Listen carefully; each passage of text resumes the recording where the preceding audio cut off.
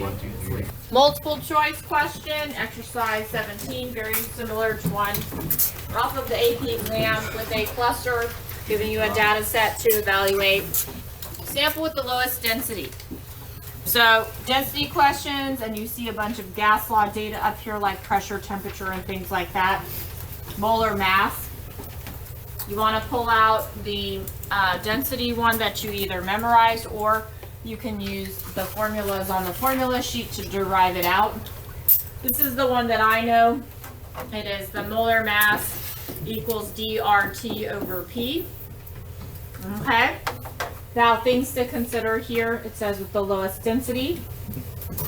So I see my temperatures are all 398 K. So basically the temperature is going to remain constant. So I can kind of like not worry about that variable. What other thing's going to already automatically be constant? Constant. The R, the ideal gas constant, right? So all we really need to worry about here is now basically molar mass times pressure would give me D, right? The density. And that's a, not exact amount, but at least it's going to give me a relative number to compare for each of these three substances, the bromomethane, bromoethane, and the 1-bromopropane. So if you look here, 95 times 0.4, this one's 38. For that value, 109 times 0.3. This one's 32.7. And then 123 times 0.2, 24.6. Now, of course, we would multiply it by the R value and the temperature, but those factors would remain constant for all three. So which one out of here is going to be the lowest? Vessel C. That would be C over there. So yes, vessel C. Okay, so that's how I would do this one and how I would think about it in terms of the formulas. Yes. So I thought of it as, I'm just wondering if this way is still correct. I did density equals mass over volume, and then the volumes remain constant. So I knew that the one with the heaviest one had to have the greatest density, right? No, not necessarily. Well, this is the heaviest one. Actually, has the least density. Is the least dense out of the three. Oh, sorry. That's what I meant. I'm sorry. So you have to take into account the pressure, though. Okay, and because the different pressures really are designating to you how many particles are in there. Because the pressure, although it's not technically the mole count, it is a count of how many particles are hitting the walls of the container. And that is, so really in terms of like the pressure related to the mole count, the one that has the more moles in there is going to be A, because it's 0.4. The one that has the least number of particles in there is going to be C, which has 0.2. Because you can use pressure as kind of tracking the mole count, once again, because pressure is about hitting the wall of the container. So the one that has more particles in there are going to hit the walls of the container more than something that doesn't have as many particles in there. So keep that in mind when you're looking at the pressures. It's kind of a visual way of looking at how many particles are in the container. So the lower pressure one, which means lower amount of particles, even though they're heavier, okay, talking about the density would be like the total mass over the volume. If you have less particles, you have less mass, but you're all in the same volume as well. That's why you really need to use the gas law version of the ideal gas law. Okay, but very good question. All right, so this one, hopefully nobody will miss, but we will see. What is the answer? It's the same in all vessels. I agree, it's the same in all vessels. Why is that? It's because the temperature is considered, for our purposes, the same as the average kinetic energy. We're not talking about the velocity of the individual particles. That is correct. So here we're talking average kinetic energy proportional to temperature in Kelvin, and they're all at the same Kelvin, so they all have the same average kinetic energy. Now the more massive ones are going to be moving slower, and the lighter gases are going to be moving faster, but they still have the same average kinetic energy. Very good. Now this one also draws back in this concept here of condensation at lower pressure here. What is condensation again? It's when Gas and something water. goes from a gas to a liquid. Gas to a liquid. And to go from a gas to a liquid, what has to reform? Are they bonds? Intermolecular forces. They are forces. They are intermolecular forces, right? So you have the forming of intermolecular forces. Now, the other criteria here they put in the problem is which one's going to condense at the lowest pressure. Because do remember, from Chem 1, we don't talk about them in AP Chem, but there's these things called phase diagrams where you have the solid, the liquid, and the gas, right? You guys remember this from last year? So remember, pressure is a factor and temperature is a factor as to when things are going to phase change. So we're talking though at low pressures. At higher pressures have a tendency to drive it into going from a gas to a liquid or from a liquid to a solid or even from a gas directly to a solid. But at low pressure, it's not necessarily going to drive that factor. So we're talking about lowest pressure here. Because they're all at the same temperature, right? So when we're condensing at a lower pressure, what type of forces are we looking for here? Are we looking for stronger forces or weaker forces? The one that's going to condense at the lowest pressure. Weaker forces. We have less pressure being put on it, so the forces would need to be the stronger ones. The stronger ones will form a liquid at a lower pressure than the weaker ones. Okay, so then once you figure out that the stronger forces are the ones that are going to condense at the lowest pressure, because you don't have a lot of force like pushing them together, right?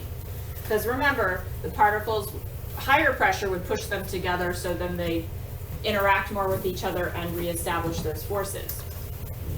We look at these three things: bromomethane, bromoethane, and 1-bromopropane. Really, the only thing different about them is what? They both have a bromine on the end.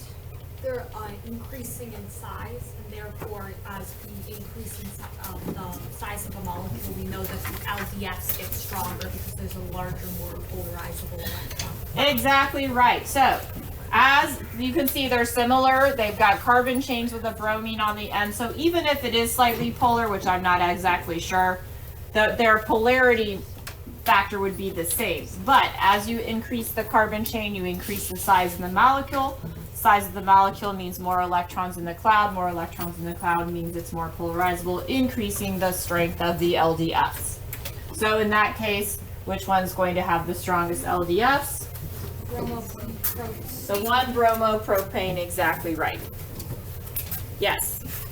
Can you explain again why the stronger forces condense at a lower pressure? Okay, so if we're looking here at our triple point phase diagram here, pressure factor, like if you put things at higher pressure, the gas particles would be pushed to be closer together. So then they're going to be really close together. They'll engage more and interact. Their electron clouds will interact and they will establish forces. But at lower pressure, they're going to remain more spread out, right? So they don't really have anything forcing them to want to reestablish IMFs. So the one with the stronger IMFs, though, are going to interact first, then the weaker ones would interact. So at lower pressure, we're looking for stronger forces are going to condense first. Okay, thank you. Okay? Which brings us to the deviations in ideal gas law, which is kind of important here because we're going to be talking about IMFs here as well. So I'm glad that we were able to go over some of that again. Deviations from ideal behavior, the assumptions made in the kinetic molecular model or kinetic molecular theory. The one about the negligible volume, that the gas particles in and of themselves, because they're so spread out, the individual particles don't really take up space, right? Well, that's one of them. The other one that really break down when we're at high pressure and low temperatures is the idea that there are no inner molecular attractions between the particles. So, high pressures, low temperatures is when the deviations occur at a higher degree. And we're going to be comparing and looking at the volume changes and the pressure changes due to these harsher conditions, the high pressure and the low temperatures. And the gases have a tendency to behave less ideally as you increase pressure and decrease temperature. Now, if you're looking at the diagrams up here, like I said, the low pressure one right here on the left, they have a lot of space. There's a lot of space between the particles, so the volume of the individual particles does not particularly matter, and it's pretty insignificant. That's why we say it's negligible. But if you decrease the volume and you compress the gas and you make it really close together, well, now those particles aren't so spaced out, so their individual volumes are going to matter. And now it's going to affect our actual volume, our observed volume that we would see in the lab. Over here on the right is showing you the difference, the ideal gas versus the real gas. At high pressure and low temperatures, basically the ideal gas is high temperatures and low pressures are going really fast, have lots of kinetic energy, they're bouncing off the walls of the container and each other. Perfect elastic collisions, right? But at high pressures and low temperatures, well, they're really pushed close together, and the kinetic energy at low temperatures is going to be really low, so they're not moving very fast. And when that occurs, when they're not moving very fast and they're close together, they start to engage and those IMFs start to form, okay, those intermolecular forces. So if they're being attracted to one another because they're being pushed close together and they don't have much movement because their kinetic energy has been taken away, basically they're not hitting the walls of the container as much. So your observed pressure, the one that you would see in the lab, is actually going to be less than what you would calculate if you were using the ideal gas equation, ideal gas law. So really, that's what we're looking at when we're talking about gases that we're going to deviate. Now, it's the ideal gas really is a hypothetical concept. No gas exactly follows it. However, we must correct non-ideal gas behavior when the pressure of the gas is high, temperature is low. Under these conditions, the concentration of the particles is high. And what I mean, you have a lot of particles packed in a very little amount of space. Concentration is really high. So molarity equals moles over liters. That's our measurement of concentration we'll be dealing with. So how many particles of gas are packed in this tiny amount of space at high pressures? Okay. And of course, when they're really close together, and like I said, if the low temperature is in there to boot, then you're going to also have lots of attractive forces, IMFs, forming and engaging, and therefore keeping the particles from hitting the walls of the container as much. All right. So a couple of things going on here for our gases when temperature is low and the pressure is really high. Now, let's talk about observed versus like the ideal gas number. For a real gas, the actual observed pressure of the gas is lower than the pressure expected for an ideal gas due to the intermolecular attractions that occur. So the intermolecular attractions that occur, basically what we're saying here is if I were to conduct the experiment in the lab at high pressures and low temperatures, what I'm going to get from my data, the observed, is that the pressure is going to be lower than what I would actually calculate in the ideal gas equation. So those numbers would not match. I would get a lower than expected value for my pressure when I went and did the data in the lab. Okay. Now, how is volume affected?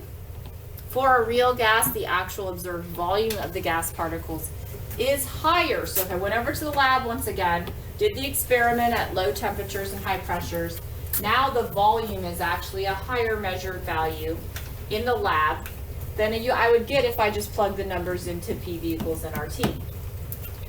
All right, and because basically there isn't much space between the particles, if the volume the volume of the container has been reduced so much because that's making it have high pressure, now those particles are actually really being accounted for in the space, so the actual measured volume would be a little bit higher.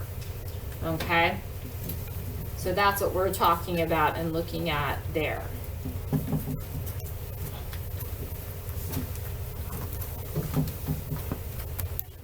So if the explanation isn't as easy to understand, this nice visual aid, oh here, yes, and if you want more information, the crash course videos are good, the links are in here.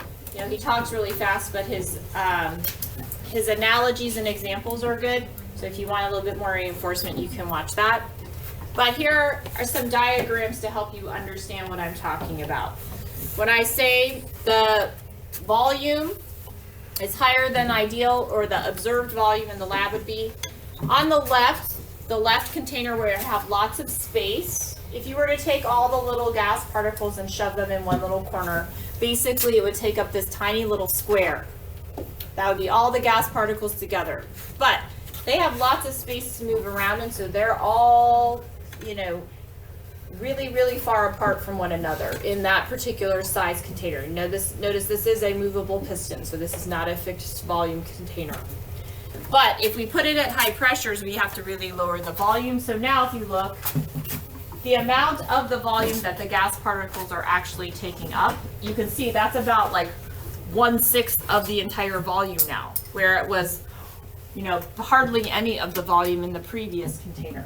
So now those particles being so close together are actually, you know, taking up space, and so they push on the piston a little bit, and it increases the measured volume slightly.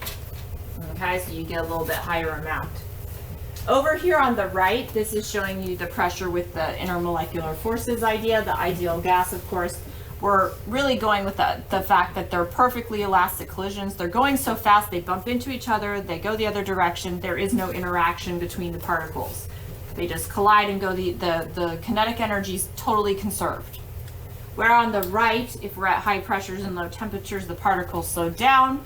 They are much closer together, so they start engaging those IMFs. If they're doing so, they're staying closer together, and less of them are hitting the walls of the container, or they're hitting the walls of the container at less frequency. So the pressure observed value is going to decrease. So that's what that one on the right is looking there. So if we measure it in the lab, you get a lower measured value for the pressure. Okay? Yes. But so why is the volume higher? Because these particles are actually taking up space, and they're really close together, so they push on it a little bit and make the volume a little bit higher. Because remember, this is a movable piston, so you can adjust the volume here. Okay? All right, now these diagrams really are just graphing data and really trying to give you an idea of different gases and how much they deviate. So in this particular graph, you have the pressure down here on the X, and you have the PV equals RT, or PV over RT here, which is really equaling N. Okay, so they're saying like 1 mole of the gas, but the dotted line really is what you should pay attention to, because that should be ideal gas behavior. Okay, now as you can see, the pressure dramatically increases, and these are all at 200 K, which is kind of cold. I mean, it's like -73 degrees Celsius. And what you'll notice here too, in this tiny little box part right here, is what you see here, that even at 1 atmosphere, some of them start to deviate, okay, which isn't a very high pressure. And what you'll notice, the blue line being the one that deviates the most, is carbon dioxide, and I'm going to tell you why carbon dioxide is going to deviate the most out of these gases. And the one that deviates the least, of course, is going to be hydrogen. So you can see how they skew off of the graph here and don't follow the nice straight dotted line like they're supposed to. And yes, a good mark for high pressure, although 10 atmospheres to me is pretty high, but they're talking about ATM that are above about 10 there. Okay. Now this graph also shows the concept of the differing temperatures. So if we have nitrogen, and you can see here at 200 K, where it's a lot colder as opposed to 1000 K, the nitrogen gas is deviating a whole lot more than if it were following the much higher temperature, like the 1000 K. So pressure still increasing here, and as you can see at lower pressures, the 1000 K behaves more ideally. It's almost, you know, on the line here, right here. Okay. at the lower pressures, but then you add in the higher pressures and even that's going to deviate some. Now, there is a equation you can use to correct for this. And this is called the van der Waals equation. And I'm going over this basically to show you the factors that are being affected here for our gases. Now, the pressure that's observed, because it's typically lower, what they do is they correct for it. Okay, there's the moles, the volume squared, but then there's this A factor. That's a constant, and it corrects for the pressure being lower. So as you can see, you're adding, right here, adding this factor in, so that would raise the pressure to make it ideal. Over here on the right, where we're correcting for the volume, where the volume of the non-ideal gas is typically higher than the ideal gas, you can see it's a subtraction now, because now you've got to lower it a little bit. So it's going to be the moles times this B factor, and that is an actual constant as well. And that, of course, will correct for these values, and you can calculate it. Now, on the AP exam, they all make you use this, and you won't have to do any calculations. It'll all be conceptual reference. There is one problem in the problem set, though, where it's like A, B, and C has you calculate it because, you know, I can't take it out because the textbook automatically assigns all parts. So just plug and chug, and you should be fine, okay, with getting that particular answer. They'll give you, like, the equation in the problem, and you can follow it. Now, I want to talk about, though, the A and the B factors and why, you know, they are what they are. So I gave you this particular data table on your notes. So A correction value is for pressure, the B correction is for volume. But a low A reflects weak intermolecular forces among the gas molecules. Weaker intermolecular forces are going to deviate less. All right, they're going to interact less. So they're going to affect the pressure less. The low value for B basically reflects a smaller size for your gas particle. A smaller size gas particle is going to affect the volume less. It's also going to affect the IMFs less because if it's a smaller size molecule, it's going to be less polarizable and the London dispersion forces will be weaker. Okay? So I bring you two up here to take a look. As you can see, like something, for example, like helium. Helium, you can see the A factor, 0.03, it's very small. You can see the B factor, 0.023, whatever, that's also very small. Well, helium happens to be a really small atom, okay? So I can automatically see that B is going to be a not very large factor. However, the A factor, what are the only forces that any of the noble gases have? They have an electron cloud. So which one's the only one they're going to have? The LDS, right? And helium as a small cloud is going to have very weak LDS. You can see as you increase in the group of the noble gases, what happens to the A factors? They increase in number because as you get a bigger electron cloud, you become more polarizable and your LDFs increase in strength. So as you go down to krypton, of course, xenon's even bigger because those LDFs of xenon are going to be stronger than the LDFs of helium. Okay, so keep that in mind, and you notice most of the trend of the size increases with the, now neon's unique, I think, because that B factor is a little bit lower. Neon has only 2 energy levels but 10 protons, and that actually pulls the cloud in pretty tight. So that one's kind of an anomaly there. But let's look at something else, say like water down here, water vapor. The A factor is significantly higher, right? 5.46, significantly higher than helium. Now, the B factor, though, isn't all that much higher because water happens to be a pretty small molecule.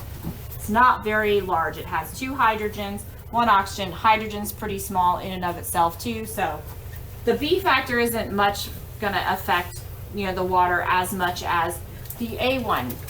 Why would it have such a large A factor? Yes. Because water is a polar molecule with H bonding, and therefore you need to have a higher N, correct, for the stronger IMFs. Correct. So in addition to London dispersion force, it also has the dipole and the hydrogen bonding. So it has a much stronger IMFs. So therefore you're going to need a much higher corrective value for that pressure there. Now, let's also look at this last one here, carbon tetrachloride. CCl4. This one is significant as well because look here at the A corrective value. Now, carbon tetrachloride's tetrahedral, it's going to be nonpolar and it's going to have LDFs only. Okay? But because those chlorines are much larger in size, you have a much larger polarizable cloud, so your LDFs dramatically increase, right? Dramatically increase. So that's why that A factor is much higher. Now also, because the chlorines are bigger in size, that B factor is also really high because now that is a really large gas molecule taking up more space. So that's going to affect the volume a lot. All right, so in these type of questions, you're looking for compare the size and compare the IMFs, basically is what you're going to do. Like for example here,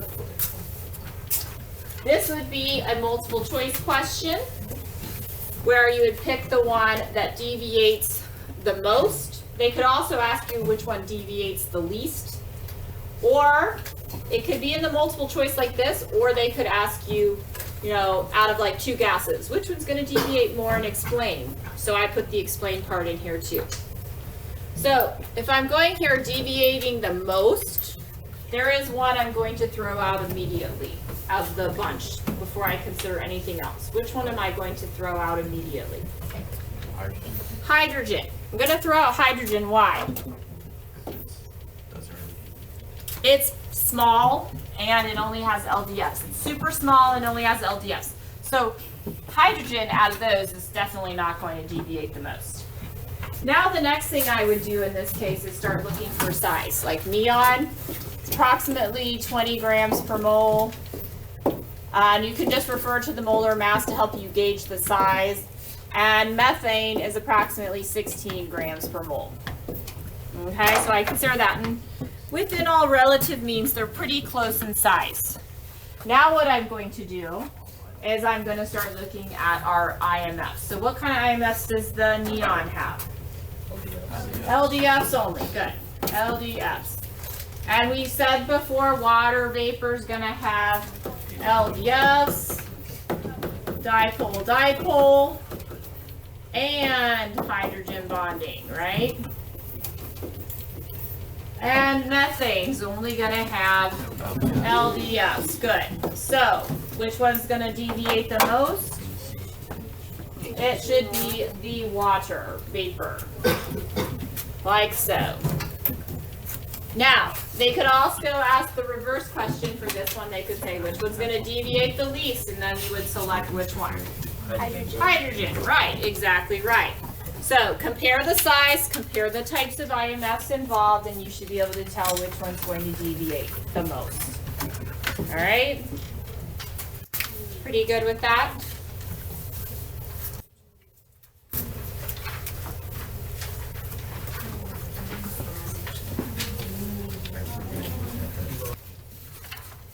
So, looking at additional practice number 1,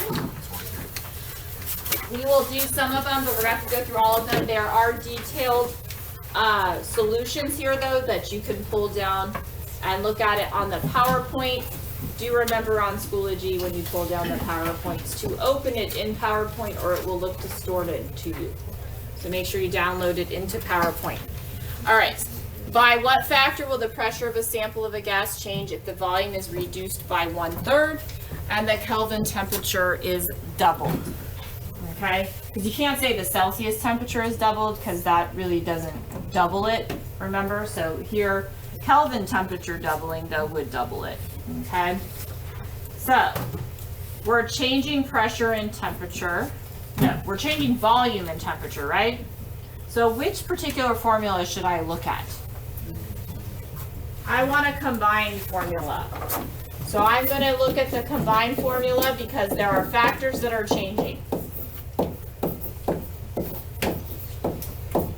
All right, and this is how I solve these problems.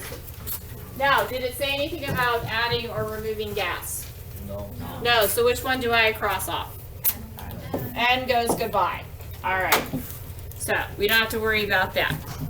Now, when I'm looking at a factor question like this, I just give myself numbers that are easy to work with, right? So I'm going to say my original gas has a pressure of 1, a volume of 1, and a temperature of 1. Now, I want the new pressure, right? So I'm going to leave P2. But what did I do to my volume? Reduced by 1/3. By 1/3. So really, what is the volume now? 2/3. The volume is now 2/3, right? It is 1/3 less than what it once was. Now, on the bottom, my temperature has what? Doubled. So what should I put there? 2. Now it becomes just a fun little math problem, right? So I can look at the factor here. So I'm going to show you a little trick. I know you guys like to do the flip and multiply thing, whatever. But this is how I would do it. I would cross them. Put the 2 up here, the 2/3 down there. So this ends up being 2 over 2/3, which is really 2 over 1, which is over 2/3. And I know you guys do the flip and whatever, but I was taught this trick a long time ago. I don't know if anybody does this anymore, but you do multiply the outer over the inner. So that would be 6 over 2, and you get 3. So, I don't know if they teach that anymore in math, but that's how I do it. But you could do the flip thing and multiply. That will work as well. And you get your factor of 3. Okay? All right, on the next question here. Here we are looking at, this is a collecting gas over water. Now, like I said, I'm not going to work through the entire problem because we've done these before. But one thing is, in these type of problems, they usually ask for the pressure of the individual gas first. So that should give you a hint right there that you have to use Dalton's law of partial pressure and subtract out the water vapor because you're collecting it over water. And they also tell you at 23 degrees Celsius, the vapor pressure of the water. When they tell you that stuff, you need to use it like it is there for a reason. All right. Once you get the partial pressure of the oxygen, all the other values are up there. You have the volume, which you need to change the milliliters to liters. You have the temperature, which you need to change to Kelvin. And then you can use PV equals nRT. Once you use PV equals nRT, you find the moles of the oxygen. And then you end up changing the moles to grams. So, like I said, I put in the detailed solutions here. If you want to pull it down, you can take a look. But the first part of this, of course, is making sure that you subtract out the water vapor because we only want the pressure of the oxygen that was collected over water. And do remember the mechanism of collecting it over water. You put the water lines equal to each other when you measure the volume. If the water lines are equal, that means the atmospheric pressure or air pressure is the same as what's inside your collecting device, whether it's a graduated cylinder or a burette or a odiometer. Okay? So you end up getting your moles. You multiply the moles, actually, you need to change this. It's supposed to be 775 there. And you end up getting your new grams there. It is 0.248 grams of oxygen for that particular one. So that's an example of the collecting gas over water again. Okay? And make sure that when you go to do PV equals nRT, you insert the pressure of only the oxygen gas. All right? So, go ahead and take a look at that. You can view it in more detail on the PowerPoint. All right, for this one's really not too hard either. You're supposed to use the information because they capture some air in an airplane up at 30,000 feet. They put it in a 45-liter container. They tell you the moles that get captured. You have the temperature. So you can find the pressure of the gas. And basically that's what you do. You do PV equals nRT first to find the pressure of the gas, pressure of the air because it is a mixture. And then based off of the pressure of the air, the total pressure, you can use the percentages as a form of like mole fraction to figure out the individual partial pressures of each individual gas. So that would be how you would set this one up in particular.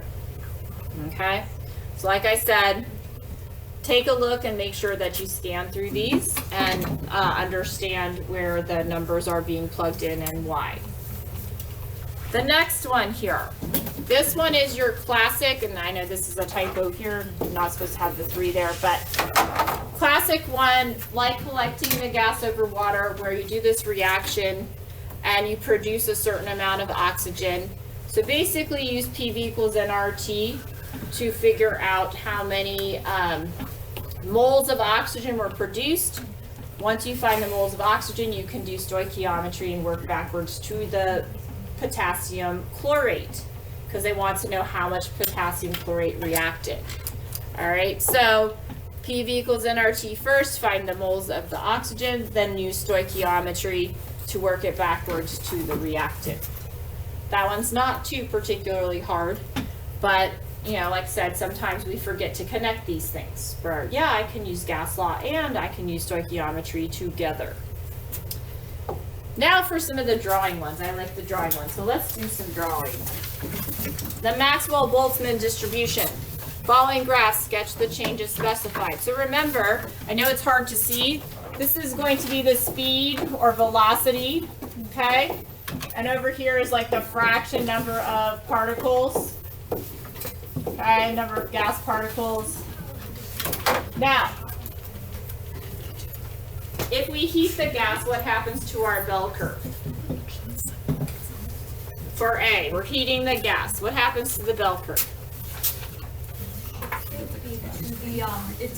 It's shifted so the speed is increased because the average kinetic energy is increased.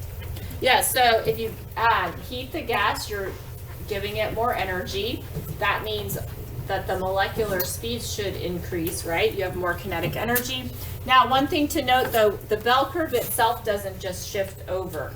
It shifts over, but it kind of like flattens a little bit because you have more that are moving faster. Okay, it kind of spreads out the bell curve like so. It'll go like this and be a little bit flatter, but it will expand the bell a little bit. Sorry, that one wasn't very good. Makes it a little bit wider of a bell and it shifts it over. Okay. Why does the number of gas particles change? The number of gas particles didn't change. The bell itself is now wider. Oh. It has spread out, so you have more going super fast, right? Little tiny fraction going super fast, but it like flattens it out. Okay. So the same thing's going to happen in B, but it's going to be a little bit different variation here. A gas with a higher molar mass at the same temperature. So what do we know about higher molar masses at the same temperature? What about their molecular speeds? They're slower. They're slower, okay? So this particular one, you're going to have a little bit higher of a bell, and it's going to be over to the left because their speeds are going to be slower on average. It's going to be a little bit more crunched. Okay, and it's going to be like the same number of particles, but as you can see, the bell is actually narrower, so it's going to go a little bit higher. Okay, so that one would be one that's just heavier, and the on average molecular speeds are going slower. Now for some gas was removed from the original vessel. This one should be probably the easiest to visualize. What happens to your bell curve? We remove some gas. It's the same size and shape, it's just going to be shorter, like so, because there's less gas particles in there, right? Does that make sense? And then, of course, a hotter gas was added. What is a hotter gas going to do? Allows to reach equilibrium, so it's going to do what to the other gas? Going to heat the other gas. Heat the other gas a little bit, so it's going to, but what happens to this like size of your bell though when we're adding in another gas? So does your bell flatten out as much?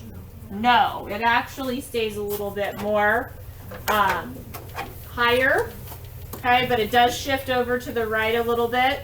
Actually, that was probably a little too wide, but I'm not the best with the drawing. But because we added more gas, we have more gas particles, it shifts to the right, it stays a little bit higher, okay? So we gotta think about those things as we're drawing. But I do like the drawing ones because they're kind of fun. All right.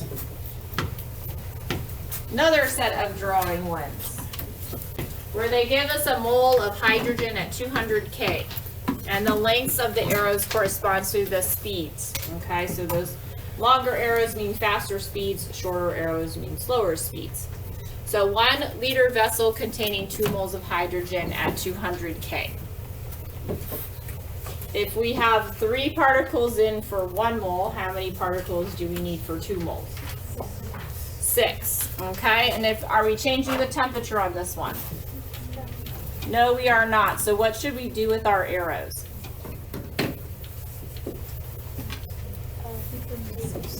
Make them similar to the arrows in the other drawing, right? Like so. So like I have 2 that are going not so far, 1 is going a little bit larger, like so. And you can draw your arrows.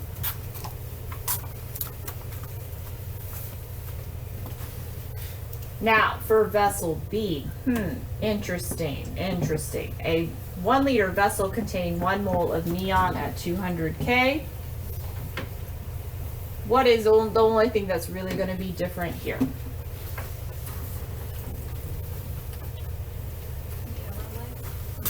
Is the arrow length going to change because we're at the same temperature and we have 1 mole? What about the particle? It's not diametric. It's not diatomic, exactly right. Okay, so you would just draw 3 single circles, like so, with the same kind of measurable arrows. Okay, same kind of measurable arrows. A vessel containing 1 mole of hydrogen at 100 K. So basically the only thing here that would be different is these would be smaller arrows, and then over to the right here at 400 K you would have double because it's 2 moles and the arrows would be much larger. So take a look at that.